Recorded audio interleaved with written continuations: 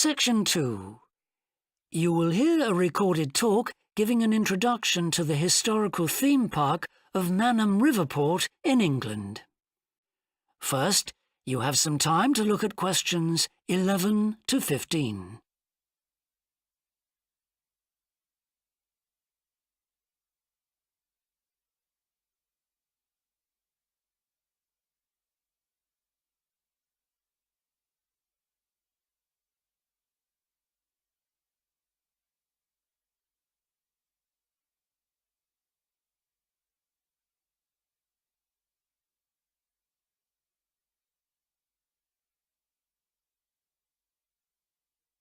Now listen carefully and answer questions 11 to 15.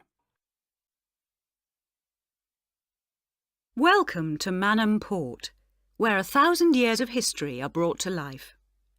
All the family can enjoy a day out at Manham, visit our copper mine, see models of the machinery it used, have your photo taken in 19th century costume, experience at first hand how people lived at different stages throughout history, and especially how children studied, worked and played. The port of Manham is located in beautiful and peaceful countryside, on a bend in the great River Avon, and developed here because it's the highest navigable point of the Avon. Boats can go no higher up this river, and proved a handy place to load and unload cargo to and from the sea, which is over 23 miles away. A small port was already established here when, about 900 years ago, tin was discovered nearby, though it wasn't until the Industrial Revolution, when a tremendous need for metals of all kinds developed, that Manham expanded to become one of the busiest ports in the country. And because it was already so busy, prospectors began to look for other minerals, and by the end of the 19th century, lead, copper, manganese and arsenic were added to the cargoes leaving Manham. In the early days, the ores had been smelted or processed in the same area they were mined. But as demand grew, the smelting process required huge factory furnaces or fires to melt the metal from the rock, and there was not enough coal in the local area, so the rocks containing minerals had to be shipped long distances. Sadly, in the 20th century, the great port of Manham declined, and thousands of workers were forced to emigrate out of the area. The building at the port fell into disrepair, and the place became almost forgotten. But then the Manham Trust was formed to conserve the historical resources of the area. It organised scores of local volunteers to remove undergrowth to find the original outlines of the installations. It then brought in paid professionals to match installations with maps of the original port complex and to set about reconstructing it. Today, you can see the results of this ambitious programme of restoration. The intention, and we believe this will be realised before the end of the year, is to return Manham Port to the condition it reached at its peak as the greatest copper port in the country. Before you hear the rest of the talk, you have some time to look at questions 16 to 20.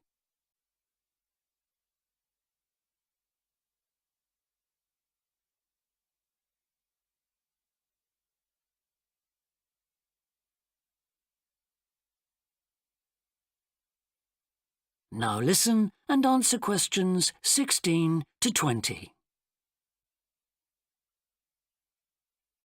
But what can you do and see on your visit today? Here are just a few highlights. We suggest you start with the visit to the copper mine.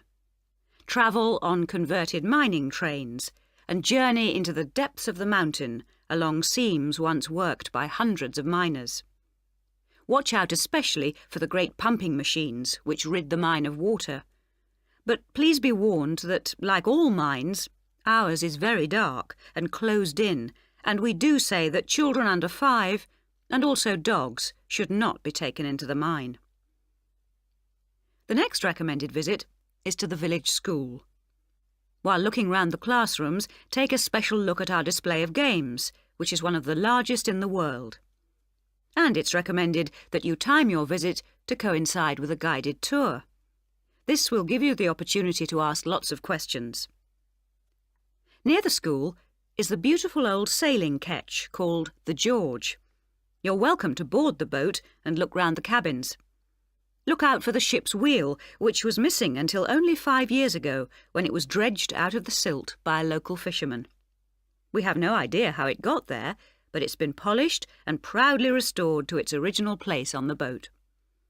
Please take care going down the ladders if you wish to visit the lower deck. We don't recommend you allow young children to use them. So we hope you have a memorable visit to Manham Port, and will tell your friends all about us. That is the end of section 2. You now have half a minute to check your answers.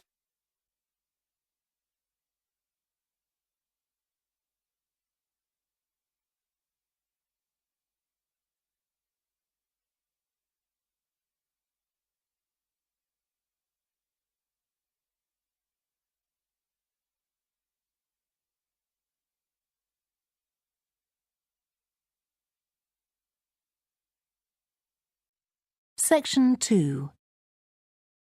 You will hear a guide talking to a group of visitors to a farm.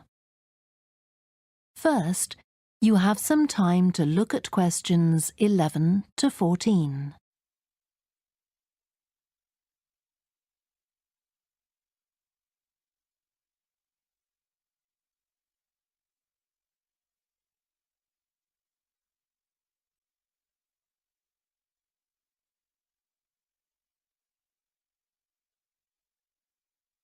Listen carefully and answer questions 11 to 14. Welcome to the Fiddy Working Heritage Farm.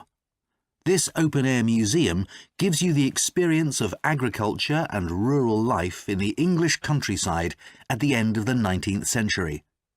So you'll see a typical farm of that period, and like me, all the staff are dressed in clothes of that time. I must give you some advice and safety tips before we go any further. As it's a working farm, please don't frighten or injure the animals. We have a lot here, and many of them are breeds that are now quite rare. And do stay at a safe distance from the tools. Some of them have sharp points, which can be pretty dangerous, so please don't touch them. We don't want any accidents, do we? The ground is very uneven, and you might slip if you're wearing sandals, so I'm glad to see you're all wearing shoes. We always advise people to do that. Now, children of all ages are very welcome here, and usually even very young children love the ducks and lambs, so do bring them along next time you come. I don't think any of you have brought dogs with you, but in case you have, I'm afraid they'll have to stay in the car park unless they're guide dogs. I'm sure you'll understand that they could cause a lot of problems on a farm. Before you hear the rest of the talk, you have some time to look at questions 15 to 20.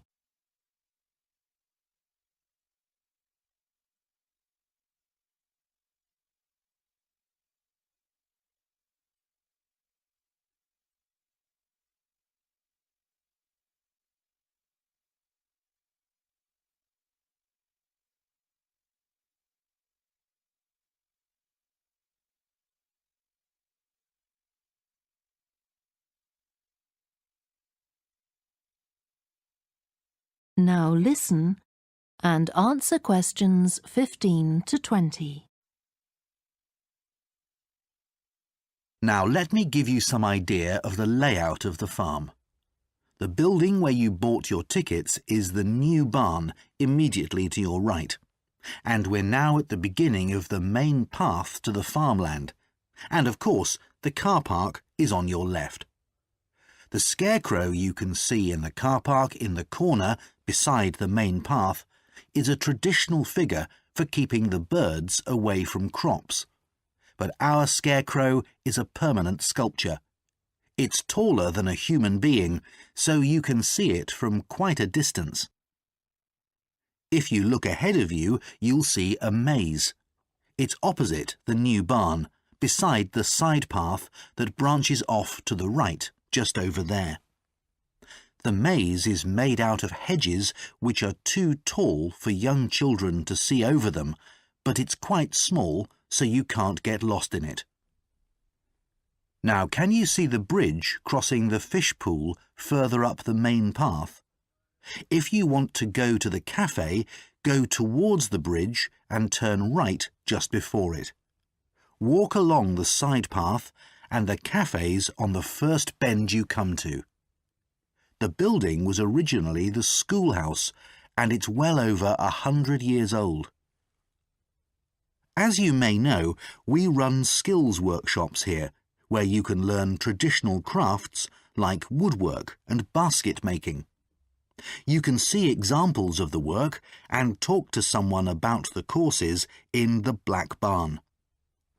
If you take the side path to the right, here, just by the new barn, you'll come to the Black Barn, just where the path first bends. Now, I mustn't forget to tell you about picnicking, as I can see some of you have brought your lunch with you. You can picnic in the field, though do clear up behind you, of course. Or if you'd prefer a covered picnic area, there's one near the farmyard, just after you cross the bridge. There's a covered picnic spot on the right.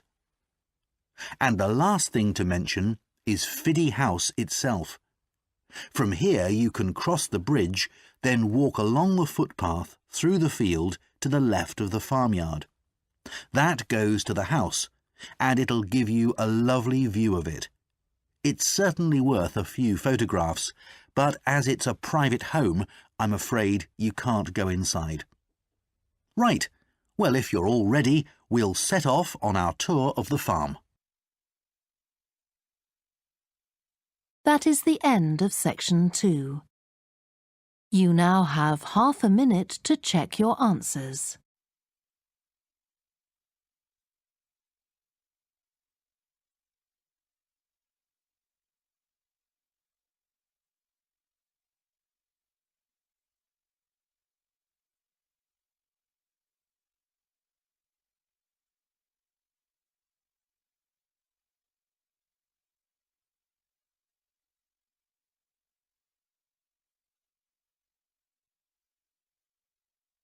Section 2. You will hear an audio guide to a public library.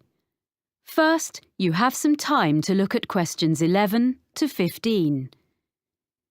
Pause the recording for 30 seconds.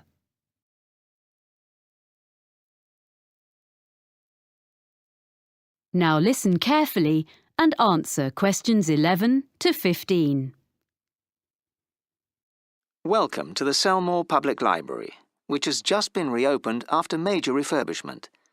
This tour will introduce you to the building and its services. At any time, you can stop the tour.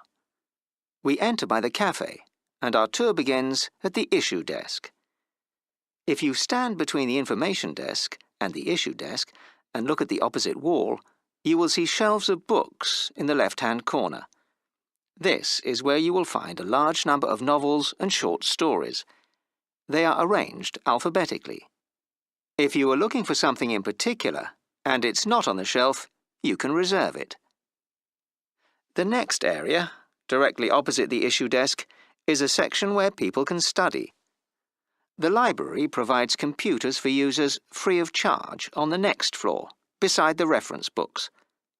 But this area is for people to use their own laptops. You should ask for the Internet passcode at the information desk. In the right-hand corner of this floor, there is a cafe.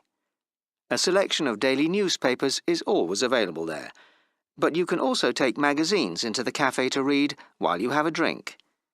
You will find these on the racks to the left of the cafe, and there is a large selection.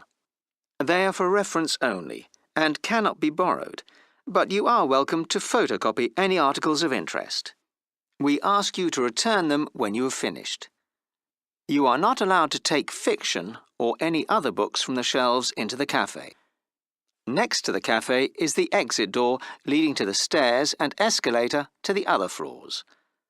The largest collection of books in the library is fiction, and the next largest is non-fiction, which is in the corner of this floor opposite the cafe. These can all be borrowed, as opposed to the reference books on the next floor, most of which cannot be taken out of the library, but they can be photocopied. There are several photocopiers available for this purpose downstairs in the basement. To one side of the issue desk is a door leading onto a gallery. This was added to the library as a public space where talks are given once a week on a Saturday by visiting authors of both fiction and non-fiction. It also houses the biography section. There are notices advertising the talks in the study area. Any books that you want to borrow should be taken to the issue desk. Before we leave this floor, I will give you some information about using the library. There are also helpful notices by the information desk. Before you hear the rest of the talk, you have some time to look at questions 16 to 20. Pause the recording for 30 seconds.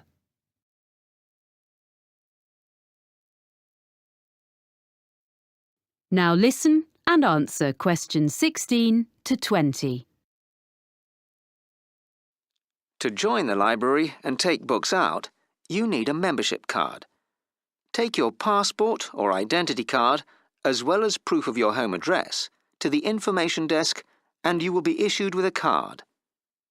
After a period of 2 years, all readers are required to go to the desk with a document that has their name and current address on it, so the library can keep up-to-date records of where people are living.